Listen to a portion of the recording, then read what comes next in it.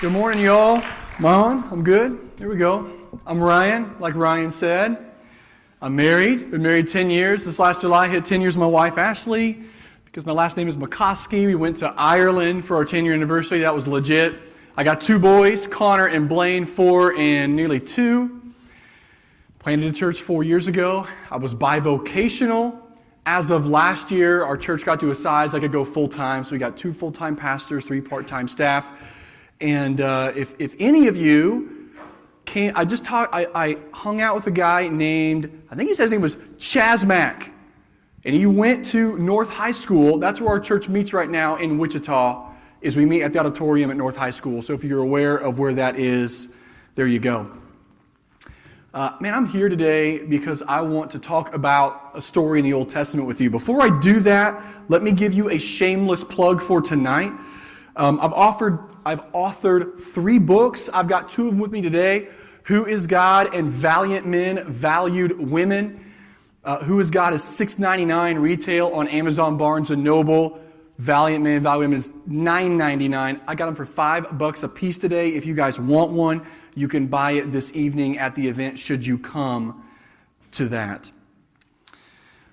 So, let's read some scripture in just a moment.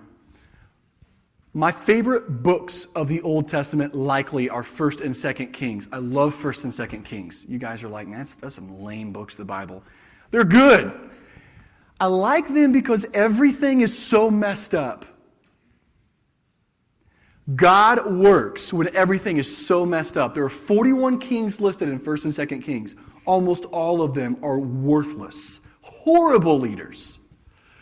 Everything is just messed up. And God works. And that gives me hope in my life, in my marriage, with my boys, in my church. It's just a perfect formula for spiritual deadness, right? You got bad leaders, you have people just going through the motions, nobody's taking responsibility, and maybe the most foreboding statement in the Bible, everyone did what was right in his own eyes. That's how the book of Judges ends. Like that is a bad picture of society, right? Everyone does what he or she thinks is right in their own eyes. But even in these circumstances, sometimes God would raise up a good leader and do some legit stuff. One of those is a guy named Jehu. He gets 2 chapters in the book of 2 Kings, and we're going to read about him. So I'm going to turn there. It's going to be up on the screen. I'm just going to pace around here and read because that's what I do when I read Scripture. Folks in my church have just had to get used to it. By the way, I'm glad I'm here. My church is all young people, basically. Oldest person in my church is 60. Everyone's kind of my age, younger, a bit older. So when I get invited to like older churches, I sort of feel weird. Like this feels like home. So I'm glad to be here with you all. 2 Kings Chapter 10, verses 18 through 31. Here's what it says. Then Jehu assembled all the people and said to them, Ahab served Baal a little, but Jehu will serve him much. Baal was a false god that Israel had fallen into worshiping. Ahab was the king who brought him in. Verse 19. Now therefore, call to me all the prophets of Baal, all his worshipers and all his priests. Let none be missing, for I have a great sacrifice to offer to Baal. Whoever is missing shall not live. But Jehu did it with cunning in order to destroy the worshipers of Baal. And Jehu ordered, sanctify a solemn assembly for Baal. So they proclaimed it. And Jehu sent throughout all Israel, and all the worshipers of Baal came, so that there was not a man left who did not come. And they entered the house of Baal, and the house of Baal was filled from one end to the other. He said to him, who was in charge of the wardrobe, bring out the vestments for all the worshipers of Baal. So he brought out the vestments for them. Then Jehu went into the house of Baal with Jehonadab the son of Rechab, and he said to the worshipers of Baal, search and see that there is no servant of the Lord here among you, but only the worshipers of Baal. Then they went in to offer sacrifices and burnt offerings. Now Jehu had stationed 80 men outside and said, the man who allows any of those whom I give into your hands to escape shall forfeit his life. So as soon as he had made an end of offering the burnt offering, Jehu said to the guard and to the officers, "Go in and strike them down. Let not a man escape." So when they put them to the sword, the guard and the officers cast them out and went into the inner room of the house of Baal. And they brought out the pillar that was in the house of Baal and burned it. And they demolished the pillar of Baal and demolished the house of Baal and made it a latrine to this day. Thus Jehu wiped out Baal from Israel. But Jehu did not turn aside from the sins of Jeroboam the son of Nebat, which he made Israel to sin, that is, the golden calves that were in Bethel and Dan. And the Lord said to Jehu, "Because you have done well in carrying out what is right in my eyes, and have done to the house of Ahab according to all that was in my heart, your sons of the fourth generation shall sit on the throne of Israel." But Jehu was not careful to walk in the law of the Lord, the God of Israel, with all his heart. He did not turn from the sins of Jeroboam, which he made Israel to sin. All right, a lot of scripture. Let's unpack a bit of that story. Man, I love Jehu. He just calls this fierce sense of being about something more, man. Being more than a product of my culture. The way we meet Jehu in the book of 2 Kings, there's a guy on a tower, and he says, "There's a guy coming in a chariot. I think it's Jehu because he's riding furiously." Jehu is just known, man. If that dude gets in a chariot, you know it's him because he rides like a freak. Man, he's just on it. He's just one of those guys who just seems to have this sense about him, you know? So he shows up with a bow and arrow. There's two wicked kings. He chases them down and straight up Gerard Butler 300 style just runs them through and kills them, you know? And it's good. It's good Old Testament good, right? In the Old Testament, God used his people as the instrument of justice in the world. He doesn't do that in the New Testament. We die before we kill. We let our enemies take us and Jesus takes them. In the Old Testament, man, God would say, "You pick up the sword and you take these fools out, man. Their sins are full. It's time to drop them." So that's what God called Jehu to do. And he goes in there and he does that. There are three things I want to pull out from this story. Jehu was uncouth. He was just uncouth. If you heard in the story, when he burns down the temple of Baal, makes it a latrine to this day, that's code words for they all crapped on it. That's what that means. Right? Can you imagine a king doing that? "We killed them all, guys. Drop your pants and drop a load right here. Man, we're going to..." So, whoa. It's kind of weird. But the guy is weird, but his heart is captured. He is about something more. This guy is not cool with just mediocrity, you know?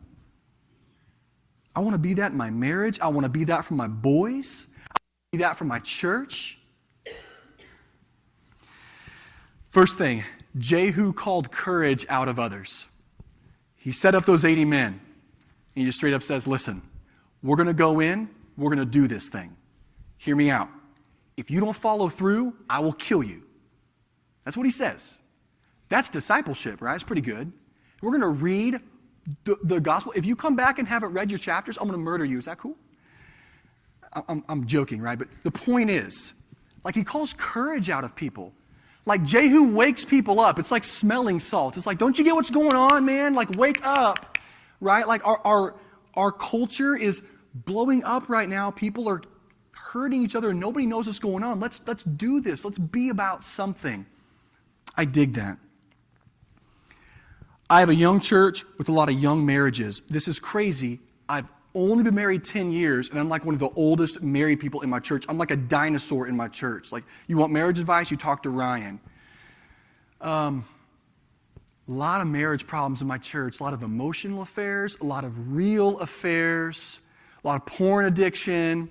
Last year, one of the hardest things I've ever worked through as a man, personally and as a pastor, there was a guy, would have never seen it on him, man, but just a serious anger issue. One night, takes some shots, punch a hole in the wall, cuss his wife out. She says, "You're scaring me." He gets in her face, throws his shoulders, and says, "Good." Man. What do you do with that?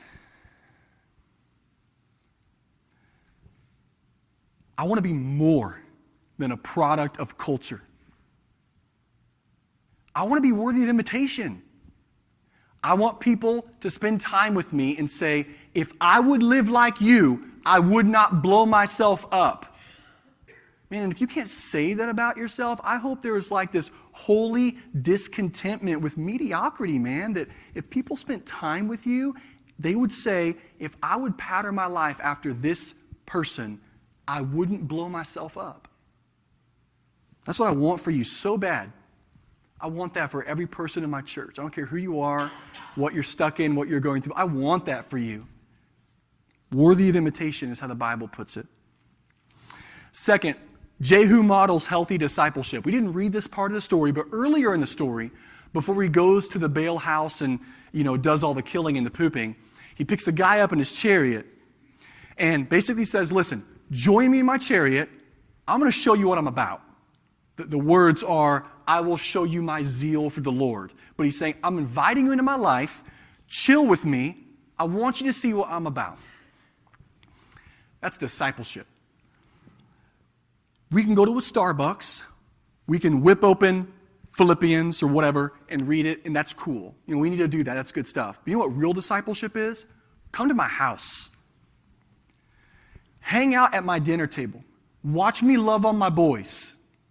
Watch me deal with conflict with my wife. Join my life. See how I live in those secret places. I don't want to perform in public. Come chill with me. Let's watch a show together. Let's just hang out together. That's discipleship.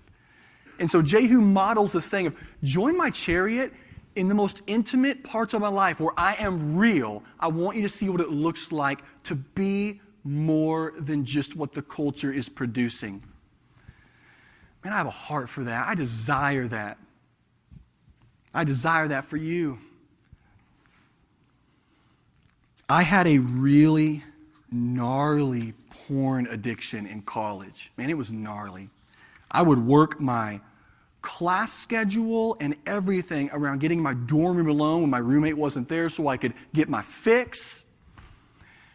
That has been the hardest thing to unpack in my marriage with my wife. Talk about my adultery in heart. To unpack that with her. Days I can still come home and say to my wife, I feel dirty today because of what I did with my mind. How I cheated on you in my heart. I want to say to you, because you're college students, think about relationships. If you're in a relationship where you can't be honest at that level, hold the phone. I am loving you well to say, slow it down, maybe just straight up drop it. You need to be single. Man, if you can't be honest at that level and unpack sin in your relationship, it is not built on the right thing. It will blow up. You will be like the young married people in my church that rush into marriage and then spend months in counseling.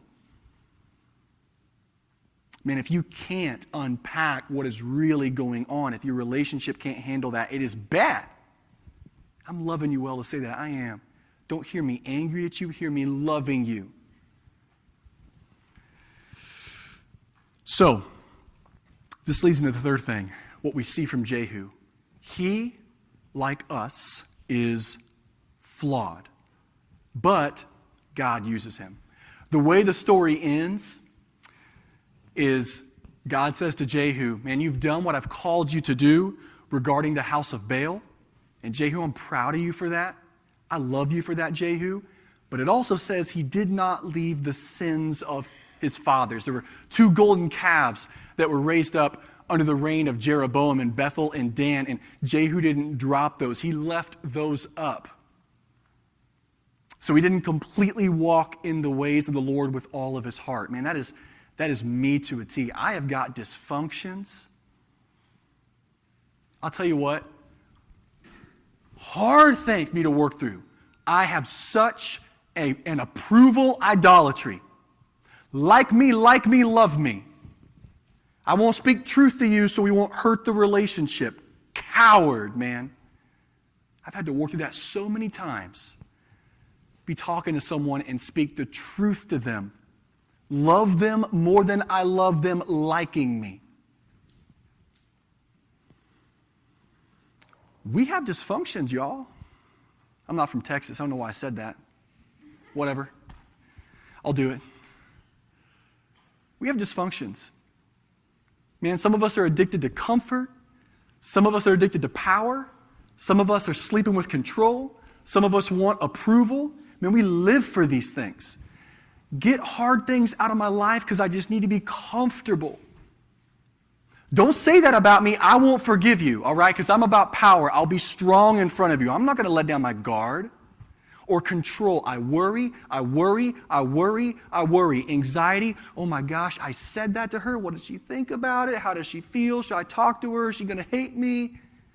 Right? This plagued with dysfunctions, man. This is us. This is me. This is people. Right? Jehu models this courage to deal with dysfunction in his culture.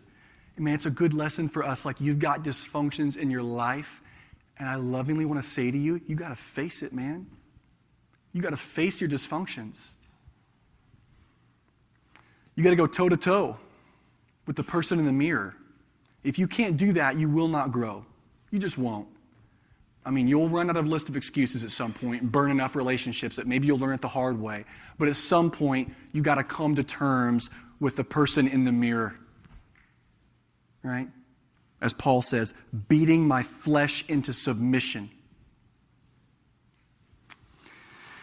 How do we grow in this? The gospel. A word in the gospel, a word about tonight's event. I'll pray, I'll go, and I'm going to go eat lunch with you, I believe. Lunch is after this, right? Boom. Good.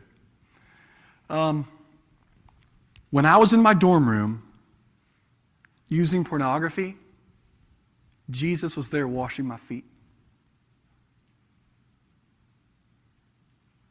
When that friend of mine punched a hole in the wall and got in his wife's face and made her feel afraid to be around him, Jesus was with him.